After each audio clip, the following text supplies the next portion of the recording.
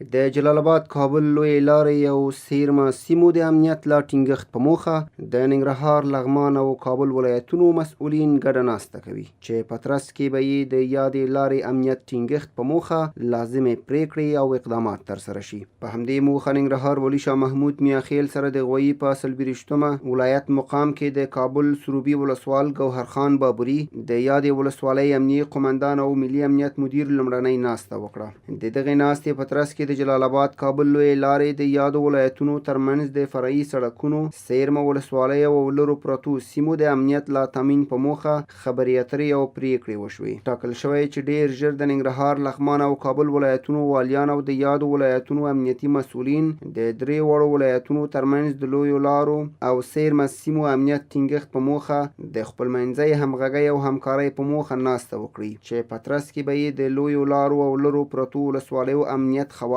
په برخه کې جدي اقدامات ترسره شي.